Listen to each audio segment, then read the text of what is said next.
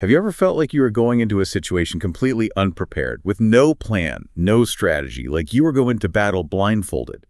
That's what Sun Tzu, the brilliant military strategist behind the art of war, wants us to avoid. Today we're going to unlock the secrets of this ancient text and discover how it can help us navigate the battles of modern life. You know, it's incredible how a book written centuries ago can still feel so relevant today. Right. It's almost like Sun Tzu had a time machine and could see the challenges we face in the 21st century. Okay, so let's unpack this ancient wisdom, starting with chapter 1, laying plans. Sun Tzu doesn't beat around the bush. He comes right out and says that war is a matter of life and death for a state. Planning isn't just a suggestion, it's crucial for survival. And to help us plan effectively, Sun Tzu lays out 5 fundamental factors that always influence warfare. These are like the pillars of any successful campaign, whether on the battlefield or in the boardroom. So it's like a checklist for strategic domination. I'm all ears. Give me those 5 factors. First, we have moral law. This is about ensuring your people are united behind their leader. Think of it like a company where everyone believes in the CEO's vision and is motivated to achieve the same goals. Without that unity, you're already fighting an uphill battle. Shared purpose, got it. That makes total sense. What's next? Next is heaven. This might sound a little mystical, but Sun Tzu is really talking about natural elements like the weather and seasons. Imagine trying to launch a product during a recession or planning a marketing campaign during a natural disaster. Yeah. Timing is everything. It's like that old saying, right time, right place. What other forces are at play? Then there's Earth. This one's a bit more straightforward. It's all about understanding the terrain. Sun Tzu knew that geography could make or break a campaign. Think about it. Would you rather fight in a dense jungle or on open plains? I'm definitely more of an open plains kind of fighter. So understanding the playing field, whether it's a physical space or a metaphorical one, is key. Absolutely. Now let's talk about the commander. This factor is all about leadership. Sun Tzu believed a successful leader needed wisdom, sincerity, benevolence, courage, and strictness. That's quite a combination. It's like the ultimate leadership cocktail. So it's not just about barking orders. It's about inspiring and motivating your troops. Exactly. And finally, we have method and discipline, which covers organization and logistics. This is all about having clear hierarchies, efficient supply lines, and responsible spending. Sun Tzu knew that even the most brilliant strategy could crumble without proper organization. This is making me think about how disorganized my desk is. Maybe you need to channel a little more Sun Tzu in my daily life. We could all use a little more Sun Tzu in our lives. But hold on, there's more to laying plans. Sun Tzu doesn't just give us these 5 factors and send us on our merry way. He actually provides 7 key questions we should ask ourselves to assess any conflict. These questions help us predict victory or defeat before we even engage. Wow, that's some serious strategic foresight. But wouldn't knowing the outcome in advance take away some of the thrill of the battle? Well, Sun Tzu might argue that the true thrill is in outsmarting your opponent, not in blind risk-taking. He was all about minimizing casualties and achieving victory through calculated moves. That makes sense. So it's about stacking the deck in your favor before you even sit down at the table. All right, let's move on to chapter 2, waging war. This sounds like where things start to heat up. You could say that. But before we jump into the action, Sun Tzu wants us to understand the true cost of war. He reminds us that war isn't just about money and resources. It's about the human toll, the lives lost, and the families torn apart. So he's not glorifying war. He's acknowledging its gravity. Exactly. He emphasizes swift action and decisive victories to avoid needlessly prolonging the conflict and exhausting resources. Remember, every day the war drags on the costs escalate, both financially and in terms of human suffering. It's a reminder that even in conflict, efficiency and minimizing harm are essential. So what's the secret to achieving those swift victories? Well, Sun Tzu had some pretty ingenious ideas about that. He actually advocates for foraging on the enemy, using their resources to sustain your own army. Think of it like turning your competitors' weaknesses into your own strengths. That's a bold move. It sounds like Sun Tzu was a master of resourcefulness. But what about chapter 3? Attack by stratagem. This is where things get really interesting for me. The idea of winning without fighting, that's the ultimate victory, right? It's certainly the most efficient and least costly form of victory. In this chapter, Sun Tzu reveals his genius for psychological warfare. He argues that the highest goal is to subdue the enemy without even engaging in battle. It's about outmaneuvering your opponent mentally and strategically, rendering them helpless before a single blow is struck. It's like that classic scene in a martial arts movie where the master defeats his opponent with a single, perfectly timed move. But how do you achieve that level of strategic mastery? It starts with understanding the power of deception. Sun Tzu believed in targeting the enemy's weaknesses while masking your own strengths. Think of it like a poker game where you bluff your way to victory without ever revealing your best hand. So it's all about mind games. I'm starting to see how the art of war can be applied to so much more than just military campaigns. It's like a blueprint for success in any competitive field. Exactly. But before we get too carried away with conquering the world, let's move on to Chapter 4, Tactical Dispositions. This is where Sun Tzu brings us back down to earth and reminds us that a strong defense is the foundation for any successful attack. So it's like that saying, the best offense is a good defense. Precisely. Sun Tzu believed you should only engage in battle when victory is already assured. He uses this powerful phrase, conquering an enemy that is already defeated. It's about positioning yourself so strategically that victory becomes inevitable. So it takes some serious planning and foresight. It's like setting up a chain reaction where each move leads to the desired outcome. Exactly. He even lays out this concept of measurement, estimation, calculation, balancing, and victory. It's a framework for strategic planning that applies to any field. So whether you're a general planning a military campaign or an entrepreneur launching a new product, this framework can help you assess the situation, weigh your options, and make calculated moves. I'm starting to think Sun Tzu was the original life coach. He was certainly ahead of his time in terms of strategic thinking. But before we get too carried away with applying ancient wisdom to our modern lives, let's dive into Chapter 5, Energy. Okay, bring on the energy. I'm ready to unleash my inner Sun Tzu. We'll hold on to your horses for a second. This chapter isn't about brute force. It's about something much more subtle, controlling and directing your forces, whether they be an army of soldiers or a team of employees. Sun Tzu explains that the principles of leadership are the same whether you're commanding a small group or a vast multitude. So it's all about scalable leadership. Exactly. It all comes down to organization and communication. He goes on to distinguish between direct and indirect tactics. Direct tactics are for engaging the enemy head-on, while indirect tactics are about maneuvering and achieving victory through adaptability. Like that moving in a circle concept he talks about. It's like outflanking your opponent and striking from an unexpected angle. Precisely. And when it comes to making decisions in the heat of battle, Sun Tzu emphasizes swiftness and precision. He compares it to a falcon strike, powerful and deadly, but also calculated and controlled. Wow, that's a powerful analogy. It makes me think about how often we hesitate and overthink our decisions when sometimes the best approach is to trust our instincts and act decisively. That's a great insight. Sun Tzu was all about being adaptable and responsive to the ever-changing circumstances of the battlefield. He knew that clinging to rigid plans could be disastrous. All right, on to Chapter 6, Weak Points and Strong. That sounds like a deep dive into the psychology of conflict. You could say that this chapter is all about understanding both your own strengths and weaknesses as well as those of your opponent. Sun Tzu emphasizes the importance of dictating the terms of engagement, forcing the enemy to react to your moves rather than the other way around. So it's like being a chess master, always thinking several moves ahead and anticipating your opponent's reactions. Exactly. And just like in chess, deception plays a crucial role. Sun Tzu was a master of using feints and diversions to confuse his enemies, creating openings where they least expected them. This is giving me so many ideas for my next marketing campaign. I'm starting to see how the art of war can be applied to every aspect of life where competition is involved. And that's just the beginning. Wait until we delve into the even more intricate strategies in the later chapter. I can't wait.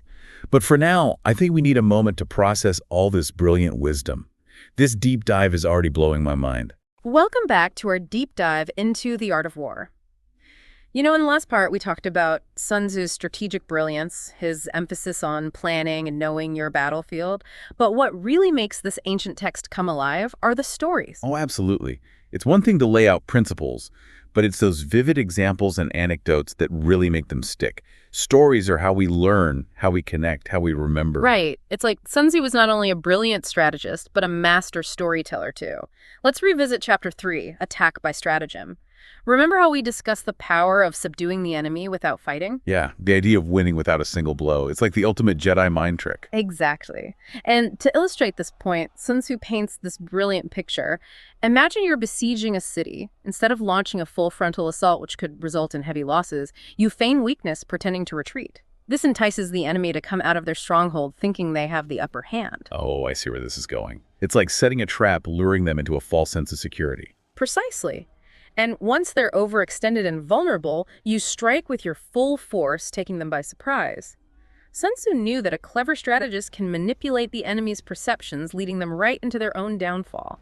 It's a brilliant example of how psychological warfare can be just as effective as physical force. And it makes me think about how often we make assumptions in our own lives, judging situations based on appearances rather than digging deeper. That's a great point. Sun Tzu reminds us to question our assumptions, to look beyond the surface, and to consider the motivations behind people's actions. This is making me realize that the art of war isn't just a military manual. It's a guide to understanding human psychology and navigating complex situations. Absolutely. And to further drive home his points, Sun Tzu doesn't just rely on hypothetical scenarios, he uses historical examples too. He talks about how smaller, more agile forces can defeat larger, less adaptable armies by exploiting their weaknesses. It's a classic underdog story. It's like David versus Goliath. But instead of a slingshot, David uses strategy and cunning to overcome his opponent. It's inspiring to think that we can all be Davids in our own lives, facing down giants with our wits and determination. Exactly. Sun Tzu reminds us that size and strength aren't always the deciding factors in conflict.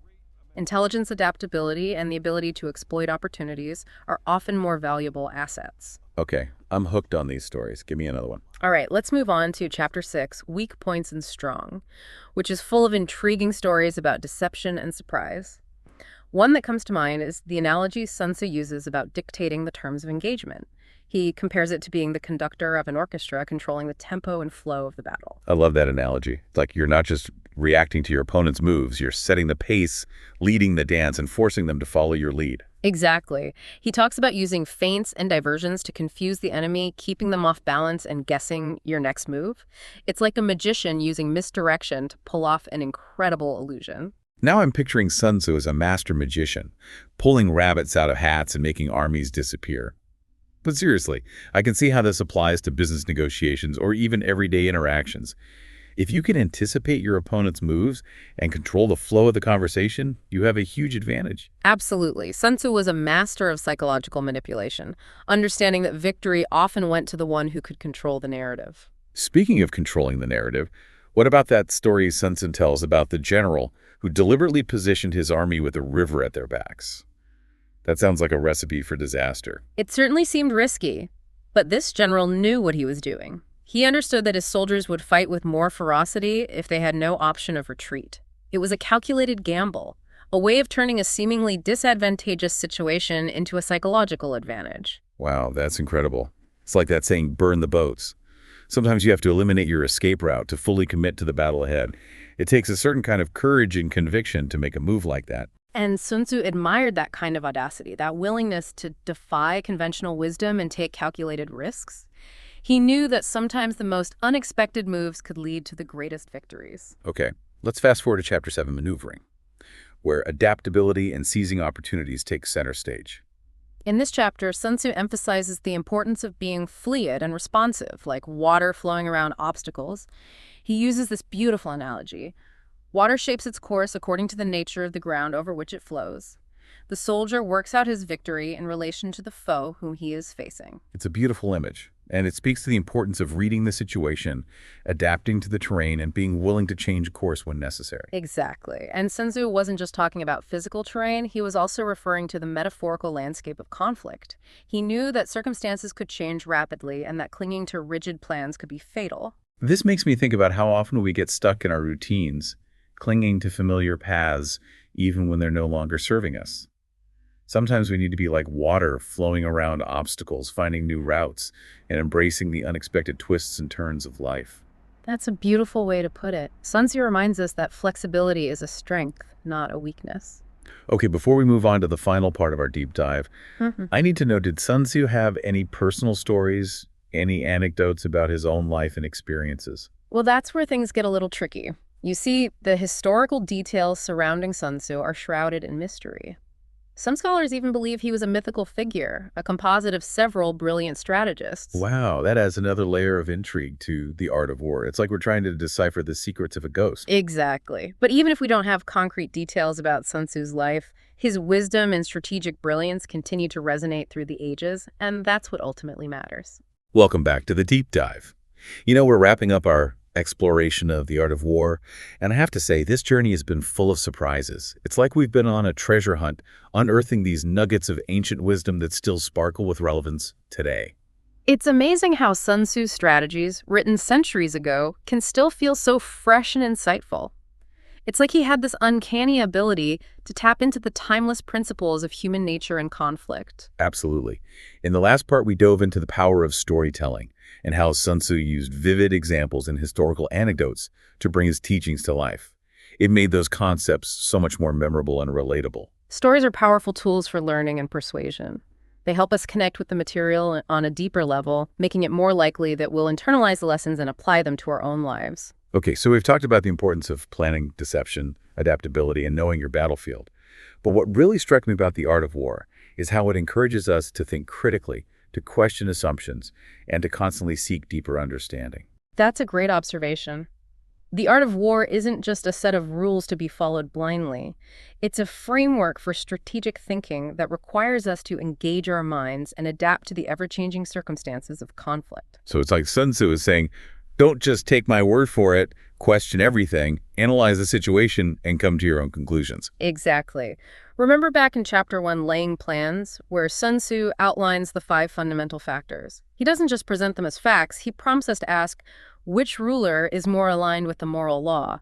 Which general has greater ability? Who holds the advantages of heaven and earth? Yeah, those are some pretty hefty questions. It's like he's pushing us to go beyond surface-level analysis and really delve into the complexities of the situation. He wants us to develop our own strategic judgment to become critical thinkers who can assess the situation, weigh the options, and make informed decisions. And that kind of critical thinking applies to so much more than just warfare.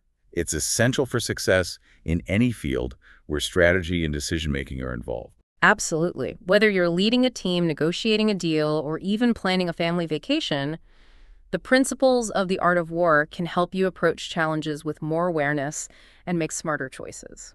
Speaking of applying ancient wisdom to modern challenges, Yeah. I have a question that might seem a little out there. How does the art of war relate to something like SEO, search engine optimization? It seems like a strange connection to make. It might seem strange at first, but the core principles of SEO align surprisingly well with Sun Tzu's teachings. Think about it. SEO is all about understanding your audience, your competition, and the ever-changing landscape of the internet. So it's like knowing your battlefield, but instead of physical terrain, it's the digital landscape. Exactly. And just like in war, you need to adapt your tactics based on the constantly evolving algorithms and trends. Remember how Sun Tzu emphasizes the importance of being fluid and responsive, like water flowing around obstacles? Yeah, that analogy really stuck with me. It's a reminder to be flexible, to adapt to the situation, and to never get too attached to a rigid plan. And that's essential for SEO success. You have to be willing to adjust your keywords, your content, and your overall approach to stay ahead of the curve and keep your website ranking high in search results. So in a way, SEO is a modern-day battle for online visibility. Precisely. And the art of war can provide valuable insights for winning that battle. It's all about strategy planning, knowing your enemy, and adapting to the ever-changing terrain. Wow, I never thought I'd see the connection between ancient military strategy and digital marketing, but it makes so much sense now. This deep dive has really opened my eyes to the timeless wisdom of the art of war and how it can be applied to so many different aspects of life. It's a testament to Sun Tzu's genius that his work continues to resonate with people centuries after it was written. His insights into human nature, conflict, and strategy are as relevant today as they were in ancient China. As we wrap up this epic journey, I want to leave our listeners with one final thought from Sun Tzu. Every battle is won before it is fought. That's such a powerful statement. It speaks to the importance of preparation strategy and understanding the terrain, whether you're facing a literal battle or a metaphorical one. It's a reminder that victory often goes to the one who has done their homework, anticipated challenges, and developed a flexible plan that can adapt to changing circumstances. So to our listeners, go forth and conquer, but do so with wisdom, compassion, and a keen eye for opportunity. Thanks for joining us on this incredible deep dive into the art of war. We'll see you next time on The Deep Dive.